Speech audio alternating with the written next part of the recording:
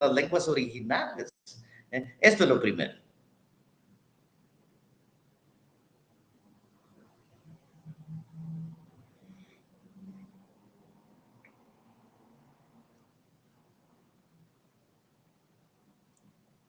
Brenda, no le estoy escuchando yo. ¿Ahora? ¿Ahora sí? Ahora sí, ahora sí. Pues como mencionaba yo esta semana, ¿no? Cualquier cosa que queramos aprender siempre tiene que empezar, ¿verdad? Por la primera parte, que es la historia. De lo contrario, como dice usted, ¿cómo interpretarla en la actualidad si no se tiene todo ese estudio previo, ¿no? Y no es cualquier cosa, como usted nos mencionaba, ¿verdad? Un año de hebreo, un año de latín, cualquier texto, cualquier novela, el griego también, cualquier novela que se traduce o un texto académico, o sea, cualquier texto nunca va a ser lo mismo, ¿verdad? La filosofía es igual, ¿no? Pues, sobre todo el lenguaje que es tan propio de cada ciencia, ¿verdad? Son palabras, incluso, por ejemplo, hay pueblos indígenas que el yo significa nosotros, pero como comunidad, o sea, ya es todo un mundo, una sola palabra, ¿no? Me imagino que parte de eso es, y que me imagino que también por eso es que hay muchas personas que, pues, critican que hay, pues, malas interpretaciones de la Biblia, o incluso hay varias, ¿no? Hay varias interpretaciones de la Biblia en la historia, ¿no? Sí, fíjese que, por ejemplo, lo que usted dice, ¿verdad? De los idiomas indígenas, por ejemplo, ¿verdad? Sigo escuchando muy fuerte. Ahí está. Ok. Fíjese que, por ejemplo, usted menciona los idiomas indígenas, ¿verdad? Por ejemplo, a veces los guatemaltecos no sabemos que tenemos la Biblia cristiana traducida a 8 idiomas indígenas, ¿verdad? Y el Nuevo Testamento a 3 más, ¿verdad? Las lenguas más importantes en Guatemala. Quiché, Cachiquel, Quechí, Pocomchí, Chuj, y luego el Nuevo Testamento en Chortí, allá en la zona del oriente, en Poptí, o Jacalteco. Y es lógico, vaya, pensemos si yo tengo, por ejemplo, no la tengo aquí, pero tengo una Biblia en cachiquel. Y es palabra de Dios eso, pues yo tendría que aprender cachiquel para tratar de ver qué dice.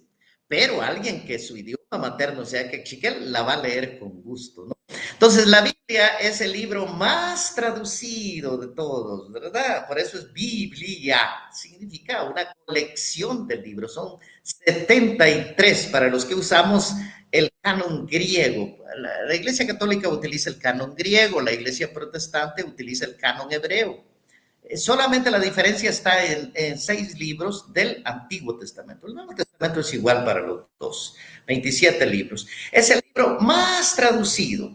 Entonces, y los traductores tuvieron que esforzarse muchísimo, adentrarse en las formas de decir de los idiomas originales para traspasarlos, trasladarlos, para transmitirlos a sus propios idiomas. Yo tengo un compañero que estaba estudiando 15 años en el Pontificio Instituto Bíblico, porque iba a traducir la Biblia a su idioma, en un idioma africano. Y él mismo me decía, mira, Milton, es la palabra de Dios que voy a traducir, estoy asustado, decía, porque la gente va a decir cuando lea esto, es la palabra de Dios, pero va a ser mi pensamiento, ve lo difícil. Entonces, cuando decimos que es palabra de Dios, decimos que es divina.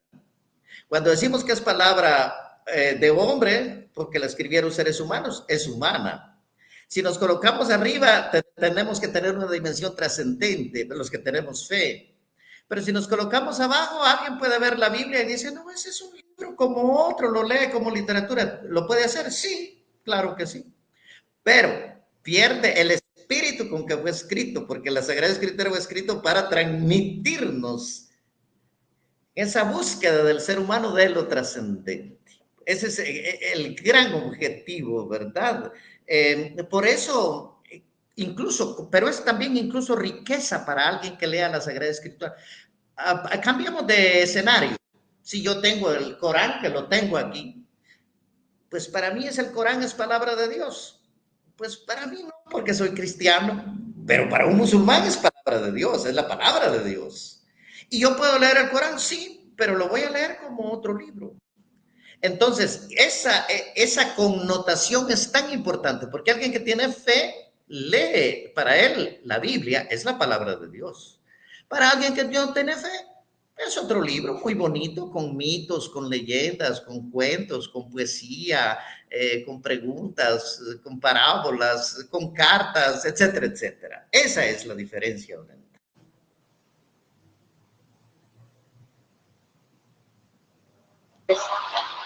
Ahí Okay. estamos. Que no sé por qué se genera el ruido. Le cuento que al principio tuvimos problema, me tuve que pasar de la computadora al celular y por eso se mueve un poco. Usted menciona, hay una forma específica en la que cada religión lee los libros con su fe. Todo tiene que ver con la fe, con lo que uno le tiene, la creencia que uno tiene. Hace poco leía un artículo que decía un padre exorcista y le preguntaba qué tan efectivos eran los sacramentales para proteger. Y él decía que decía la fe que le pidiera la persona a su sacramental, a su rosario, lo que fuera, ¿no? Me imagino que lo mismo pasa con nuestras sagradas escrituras, que viene en la lectura, ya esa parte, no estamos hablando propiamente del libro como tal, como de la historia, ¿verdad? Pero ya a la hora de leerlo desde la religión es distinto. Entonces, este libro, buenísimo.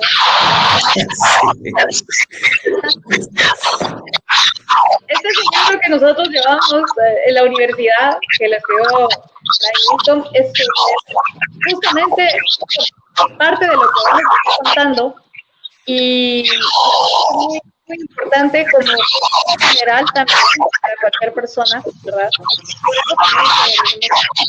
Porque es importante que se habla cuando se tiene una plática que ahora ya a cualquier banalidad porque dice no hay que hablar de religión ni de política porque si no todo el mundo termina peleando. Pero como temas de cultura en general, latino, es bien. Fran, aparte de esto, digamos, ¿qué experiencia ha tenido usted en el curso de investigación de las Sagradas Escrituras? Es decir, ¿alguna anécdota especial? Sí, fíjese Brenda que es muy importante lo que nosotros llamamos el destinatario, a quién se dirige uno. Yo estoy acostumbrado por mi trabajo, incluso con gente muy sencilla. Le voy a decir una experiencia muy bonita, lo encontré hace poco a Saturnino, se llama. Saturnino es un delegado de la palabra, son los que predican la palabra, del chaparroncito y pala. Saturnino no podía leer, predicaba. Y yo un día lo atornillé y le digo, no, Saturnino, tenés que aprender a leer, no te permito que estés predicando así. Sí, pero yo, ¿y cómo haces? Le digo yo le digo a mis hijos, me dice que me lean la palabra y de lo que ellos me dicen, yo, no, le digo, ¿y por qué vos no? Yo ya estoy viejo. Y yo y me vas a enseñar vos, me dice, así nos tratan en Oriente, ¿verdad? ¿Me vas a enseñar vos? Yo te enseño a leer, porque yo soy maestro. Y entonces armamos una escuelita, se llama la Escuela de Adultos, para los que no podían leer, catequistas y delegados. Y sorprendentemente Saturnino en 4 meses aprendió a leer. ¿Y qué era la ilusión de él de aprender a leer? Leerla, porque él me decía, es que voy a leer la palabra de Dios, me decía, eso me empuja. Y ese aprendió a leer. Ahora, esta es la experiencia más, una de las más bellas que yo tengo. Cuando lo encuentro siempre me saca la Biblia y me dice, mira, mira, padre, mira, padre. Y digo, qué interesante. Y encuentro, y también he dado clases en las universidades, como usted mencionó, en la Landívar, la Mesoamericana y el Seminario Menor, y el estudiante de universidad más interesado en aprender está más interesado en el título. Y uno entiende también, ¿verdad? Y les preocupan muchísimo los exámenes y salir bien. El campesino no. El campesino está interesado en aprender. Entonces, esta es otra, la motivación que nos empuja cuando vamos a estudiar algo es tan importante. Lo que amamos, cuando esto se ama, cuando no se hace por un compromiso, sino por un amor. Esta es una gran diferencia. Otra diferencia, Brenda, que encontramos es que cuando uno lee la palabra de Dios, ahí sí entran las diferentes especializaciones. Piense que un médico, por ejemplo, lee un texto de los milagros, tiene mucho más capacidad, incluso que nosotros los biblistas, para explicarnos qué se trata una hemorroísa, un ciego de nacimiento, o alguien que está herido, todos esos detalles, incluso las medicinas que se utilizaban. Ojo, pero un campesino está más capacitado. El ejemplo que yo pongo es cuando la parábola del hijo pródigo, tan conocida, cuando dice que comía algarrobas, y uno dice, ¿qué son algarrobas? Pues son los guapinoles de nosotros. El campesino, para ellos es algo tan normal, para uno de la ciudad, ¿no? Entonces, es lógico que la Sagrada Escritura se cerró como texto sagrado, imagínese usted, hace más de 2000 años, en 2000 años, pongámosle 2000 años, porque todo el Nuevo Testamento recoge primero 10 siglos de tradición oral. La palabra de Dios primero fue vivida, luego transmitida oralmente. Finalmente se pone por escrito. No hay nada escrito que no tenga ese proceso, Brenda. Ojo, porque la gente dice que Dios, no, primero se vive. Hay tradiciones, hay historia de tradiciones y de transmisiones y luego se pone por escrito. Y luego viene el otro proceso. Una vez que lo leemos, uno tiene que ir y cómo se vivió eso antes, cómo se transmitió.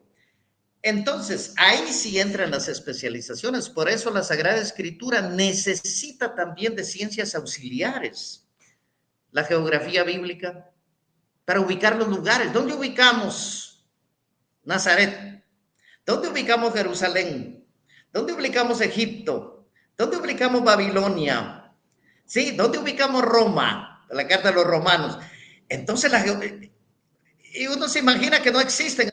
Sí existen, sí existen. Entonces, la geografía bíblica, la arqueología bíblica, ni digamos la historia, los grandes imperios, Egipto, Asiria, Babilonia, los persas, Alejandro Magno, los griegos, Roma, etcétera, etcétera.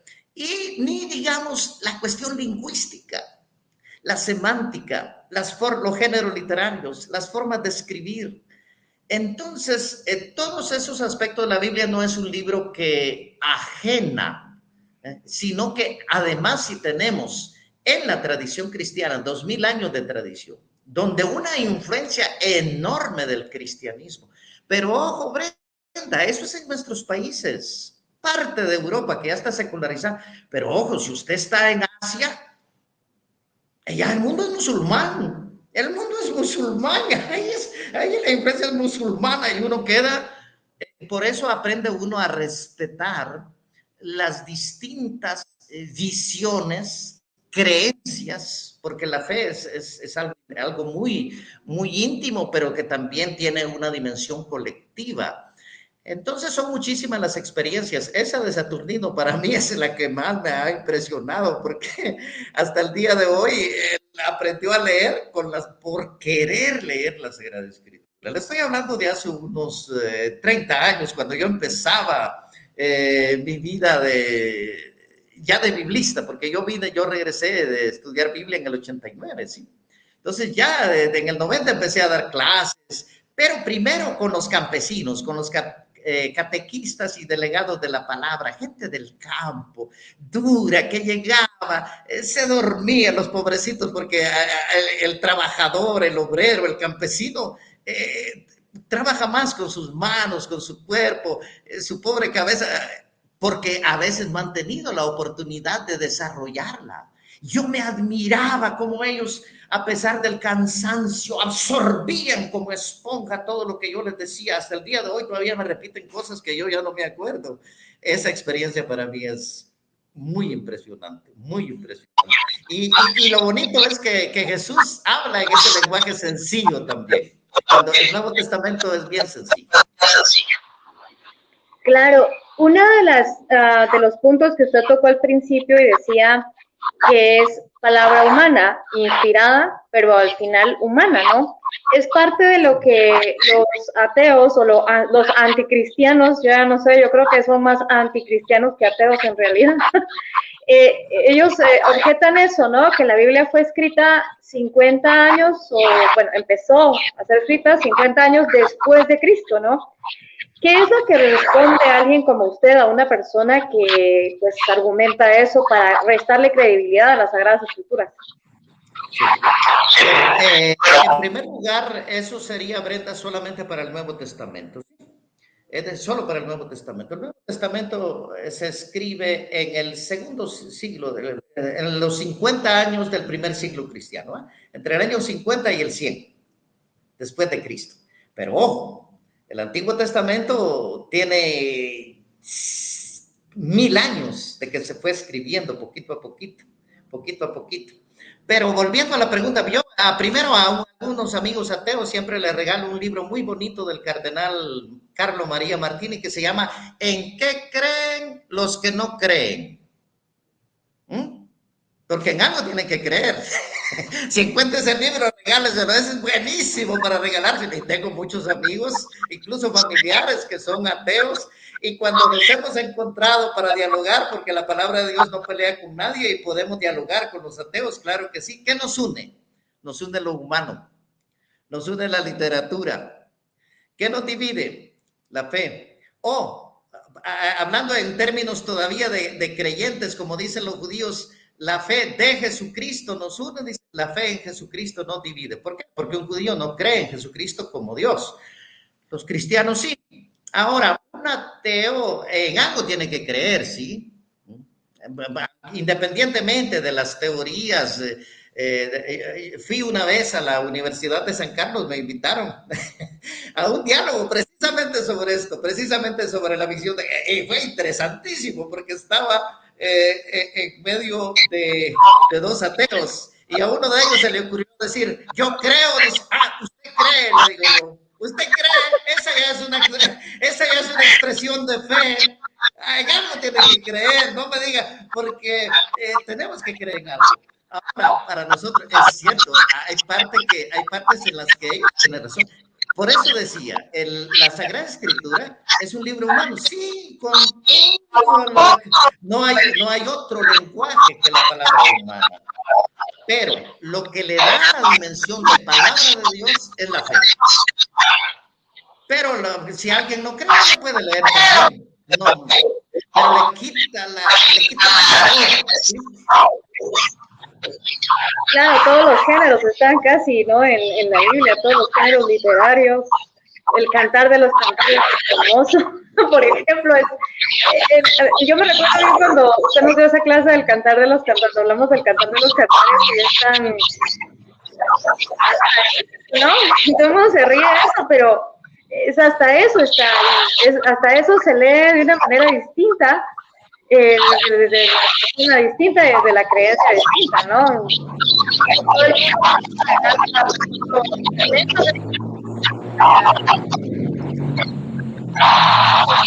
Actualmente, ¿no? En las redes sociales, pero siempre descontextualizamos. Claro, leemos 2 o 3 líneas y hasta aquí son cuestiones muy serias, ¿no? Es, por ejemplo, uno de esos fragmentos que han sido pues, muy mal interpretados, digamos, que usted tenga en memoria, que haya generado una polémica muy grande. A ver, no logré entender exactamente la pregunta, Brenda, porque siento cuando usted habla, no la entendí la pregunta. Ya le quito el volumen. Bueno, solo alguno de los fragmentos de la Biblia que se utilizan para malinterpretarla, ¿verdad? Descontextualizándolo. ¿Algún fragmento específico que haya sido realmente polémico, que usted recuerde, que haya sido mal utilizado de esta manera?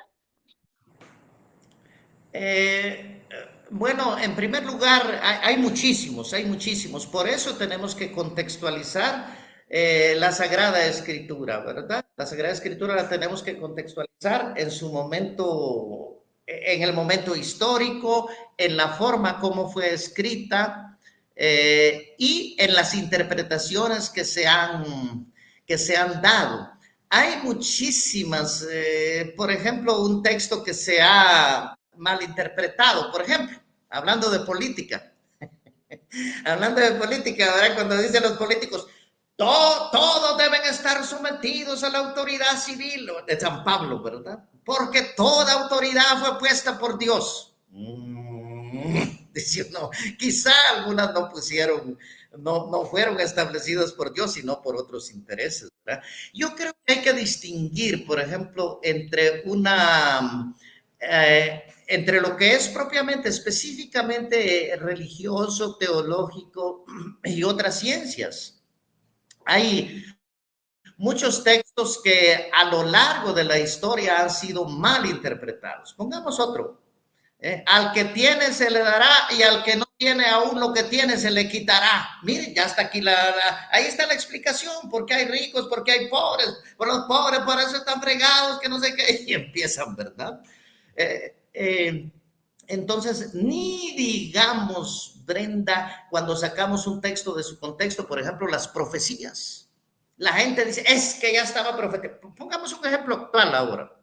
Alguna gente piensa que la pandemia ya estaba profetizada en la Biblia. Mire las plagas, las de Egipto. Oye, por favor, no saque un texto de su contexto, pues. Entonces sí, es un gran peligro la Sagrada. ¿Y sabe qué es lo peligroso? Que el fanatismo, cuando alguien se obsesiona, la obsesión o el fanatismo, no le hacen bien a la lectura de la Sagrada Escritura. Uno necesita un mínimo. Yo le voy a poner ejemplos sencillos. Si a usted le hacen un examen, pues un médico se lo tiene que leer. Si no, usted ve si le hacen un electrocardiograma y ve para arriba y para abajo y dice, no, toda ciencia tiene sus normas, sus criterios. Yo el ejemplo que pongo es que si me dan un avión a mí, yo no puedo manejar un avión. Yo tengo que aprender a manejar un avión o a manejar un carro. Si usted no puede manejar un carro y se pone a manejar un carro, se va a hacer daño usted y va a hacer daño a otras personas. Y esto es lo triste, que a veces cualquier persona agarra la palabra, la Sagrada Escritura y saca textos y los lanza, ¿verdad? Nosotros siempre decimos sacar un texto de su contexto y utilizarlo de pretexto, ¿verdad? Y a veces hasta con consecuencias que atentan contra la vida. Pensemos en las transfusiones de sangre que algunos, aquí dice que no hay, y si no, estamos hablando de salud. Pero entra en muchas dimensiones. Hay muchos textos que son mal interpretados, ¿verdad? Pobres siempre los tendrán con ustedes. La frase de Jesús, ¿verdad? Y entonces qué difícil, ¿verdad? Qué difícil. O textos más existenciales, por ejemplo, cuando el Señor le dice, a ese hombre más le valiera no haber nacido. ¿Verdad? Y pensamos y condenamos a alguien que quizá tome la decisión de suicidarse cuando no es eso lo que quiere decir un texto, ¿verdad? Ni digamos, Brenda, las concepciones de la creación, ¿verdad? La gente se asusta cuando uno le dice, mire, Adán y Eva es el hombre y la mujer. Ah, entonces no existieron. Es el ser humano. Eso es lo que nosotros llamamos los personajes colectivos. Cantinflas es un ser colectivo, es el representante del mexicano, el Juan Chapín es el representante del guatemalteco. No, vamos a ver dónde lo encontramos. No, es el que recoge como esas características de un país o de un gremio y los hace populares y son tan agradables, ¿verdad? Y uno dice, pero allá por mi pueblo, ahí está el campesino Goyo, ahora que hace tantas voces. Y siempre yo se lo llevaba a los campesinos y se sorprendían. Me dice, yo creí que eran varios, no, era él solo que hacía hasta 10 personajes, ¿verdad? Y esa es la belleza. Entonces la Biblia también abarca, pero entre tanto que quisiera a veces decirle, está eso. Luego hay otra dimensión, Brenda, que es importante, que la Biblia es la palabra de Dios escrita, ojo, porque la palabra de Dios es mucho más amplio. Está en la creación, está en el arte, está en la cultura, está en los seres humanos, independientemente de su fe. es palabra de Dios también. Dios nos habla a través de ellos. ¿Cuántas veces hemos encontrado gente que quizá ni conoce, nunca ha oído hablar de la Sagrada Escritura, no cree, y son buena gente? Y dicen, no, a mí Dios me habla también a través de ellos. Entonces, lo peligroso de la Biblia y que tenemos que tener cuidados todos, es de hacerla decir lo que no dice. Y esa es una costumbre que tenemos mucho los guatemaltecos. Es que él quería decir, no, déjelo que él diga lo que él quiere decir. Usted no tiene por qué hacer decir a él. Y como la palabra de Dios no puede defenderse porque es un texto escrito, ¿verdad? Es que aquí dice. Y entonces en la Sagrada Escritura podemos encontrar, pensemos en los proverbios, por ejemplo. Usted tocaba el cantar, el Shir Hashirim, en hebreo se dice el Shir Hashirim, suena tan bonito, ¿eh? El Shir Hashirim, el cantar de los cantares, es un superlativo, ¿no? Así como decimos amor de los amores, ¿eh? Señor de los señores, rey de reyes, cantar de los cantares, es un superlativo. Entonces yo creo que en eso sí tenemos que tener cuidado para no hacer decir a la palabra de Dios lo que no dice. Y aquí sí existe el esfuerzo, voy a utilizar una palabrota, de los exegetas. Los exegetas son los científicos de la Sagrada Escritura. Son los que nos desmenuzan a nosotros la palabra de Dios.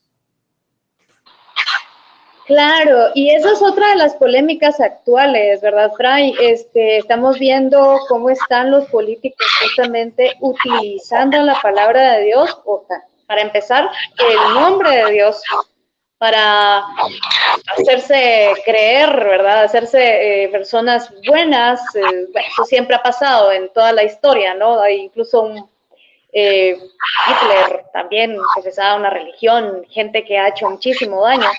Y ese es otro de los argumentos, ¿no? De las personas no creyentes o de los medio creyentes o los anticristianos, y es que dicen la religión no hace bueno a nadie, ¿no?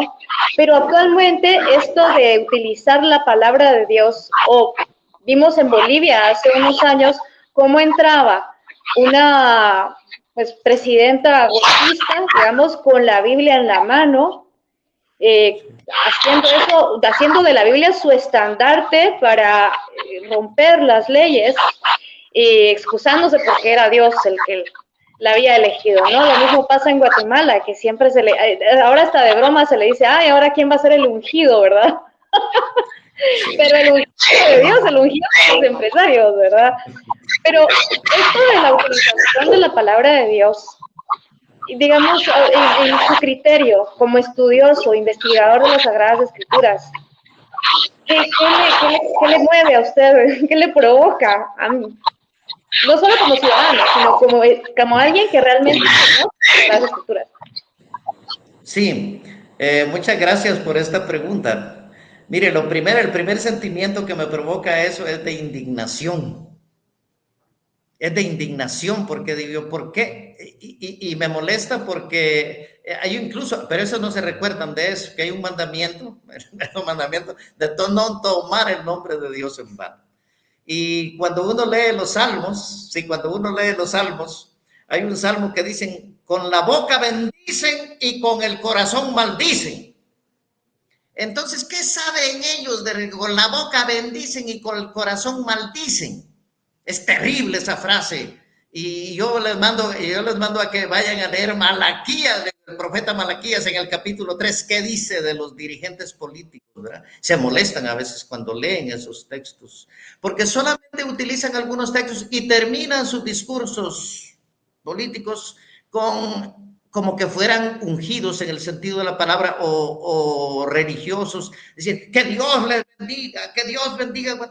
Esas son palabras vanas, esas son palabras que no tienen la autoridad para hacerlo.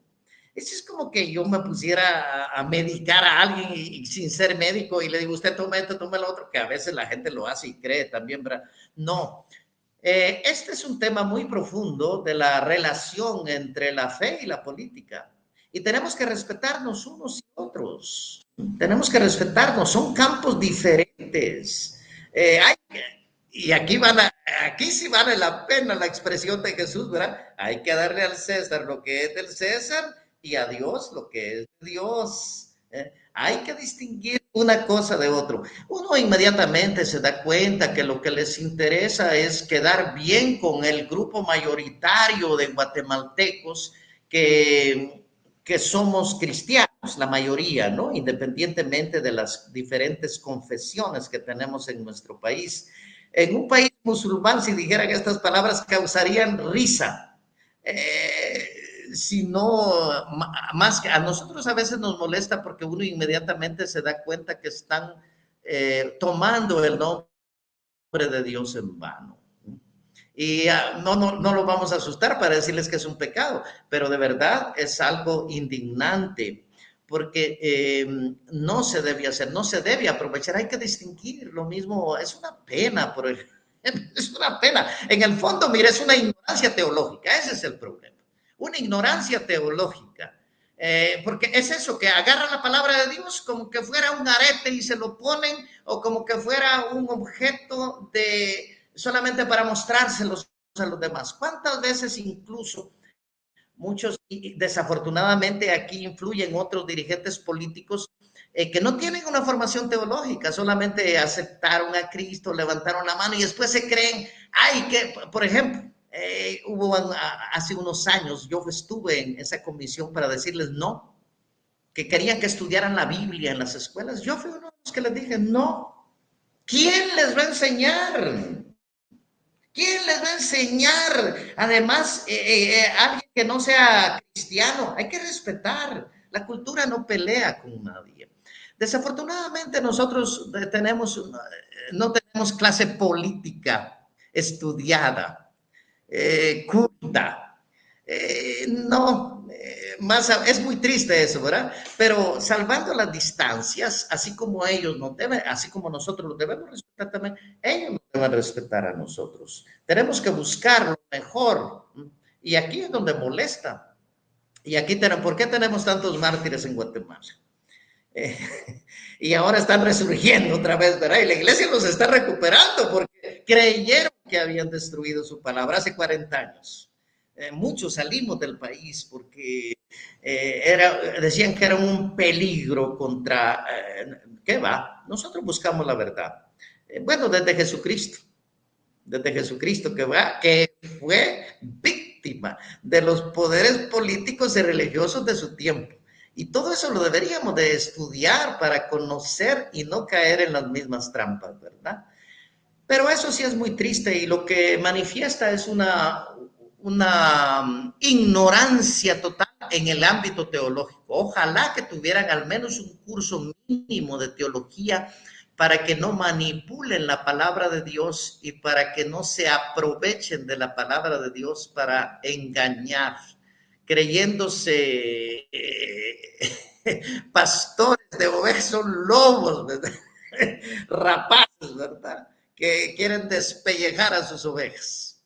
Pero eso es lo que yo pienso, otros quizá piensan diferente, porque ahí entramos en el ámbito de la opinión, no es ámbito curioso también esto. En la iglesia hay esa libertad para hablar, ¿verdad? Y tenemos ese libre albedrío para pensar en eso, podemos pensar diferente. Y también hay pensamientos diferentes en la iglesia, ¿verdad?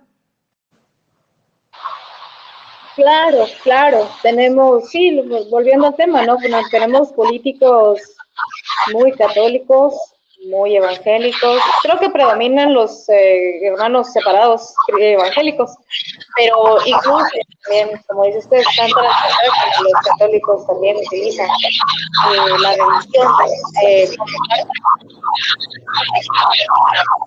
la práctica, ¿verdad? Pero bueno, esa es la idea justamente de estos programas, Fray, para que las personas sepan que hay pues autoridades, gente que realmente ha estudiado esta parte humana, ¿verdad? Que habla de Dios, esta ciencia, tiene opinión sobre lo que ocurre, ¿verdad? Que no, la iglesia o los representantes de la iglesia o los expertos en estos temas no están ajenos, ¿verdad? Que siendo humanos, viviendo en un país, es imposible de la mala utilización hasta de Dios para poder manipular. Y que, como decía, durante la historia esto ha ocurrido siempre. Me imagino que también en la historia de la Sagrada Escritura habrá habido problemas para poder darla a conocer como debe ser, ¿verdad? En los países. Amén de los que han tenido persecuciones siempre, ¿verdad? Contra el cristianismo. Pero lograr establecer la fe de la religión en medio de la Sagrada Escritura, como hablábamos desde el principio, con tantas dudas, tantos ataques, me imagino que ha sido difícil, ¿no? Pues nos aclara mucho el panorama y pues es parte de lo que estábamos haciendo, aprender sobre la historia de las Sagradas Escrituras y que ocurre en nuestro contexto con esto, ¿verdad? Yo le agradezco mucho, Hamilton. Yo sé que usted tiene mucho que hacer, y a pesar de que tuvimos algunos problemas al principio. En religión, en la Biblia decimos que le vamos a echar la culpa al diablo. Cuando no sale algo bueno, dice, al diablo le echamos la culpa, ¿verdad? El diablo se metió, dice. No, yo le agradezco a usted, Brenda, y yo la animo a que siga adelante con estos programas que iluminen las decisiones de tanta gente que a veces sí necesita. Yo quisiera, fíjese, terminar con esta experiencia. Nosotros los especialistas en Sagrada Escritura, además de lo que lo dije, ¿verdad? De esos 7 años de formación, 3 de filosofía y 4 de teología, luego viene la especialización en idiomas y solo en Sagrada Escritura. Eso conlleva 4 años. Después de eso, entonces sí recibimos la acreditación para enseñar. Y a pesar de eso decimos tonteras, decimos nosotros. Imagínese a alguien que no tenga una formación. Si usted tiene una profesión, no es casi normal, no, tiene que tener toda una preparación. Si es comunicadora, se necesita prepararse en esto, en lo otro. Todo necesita una formación. Pero los que tenemos especializaciones debemos ser responsables también de orientar a las personas, no de engañarlas, porque también lo podemos hacer, podemos aprovecharnos y no estamos para servirnos, sino para servir, ¿verdad? No estamos para envidiar a nadie tampoco, sino para construir un mundo mejor. Yo creo que la Sagrada Escritura en eso nos enseña muchísimo, es un pozo de todas las culturas, todas tienen cabida ahí. Y por eso, y con mucho respeto, y por eso para nosotros, para los creyentes, la Escritura es la palabra de Dios, pero escrita por seres humanos. Y con esto voy cerrando. Cuanto más humano es uno, más se acerca a la divinidad. Y cuanto más divino es uno, más debe acercarse a la realidad humana. No podemos hacer ese dualismo maniqueo que nos ha hecho tanto daño, de separarnos, ¿verdad? Como que, es que la iglesia tiene que, allá en los templos nos quieren arrinconar y encerrar en los templos. Cuando hablamos de la realidad política, social y económica de nuestros países, cuando no decimos nada de eso, ¿dónde queda más mejor hacer silencio? No. Entonces tenemos que lograr esa unidad porque eso fue lo que nos enseñó Jesucristo y eso es lo que proclamamos, que fue verdadero Dios y verdadero hombre. Las dos cosas, no solo una cosa. Hacer un dualismo de eso es dañino, pero tremendo, ¿verdad?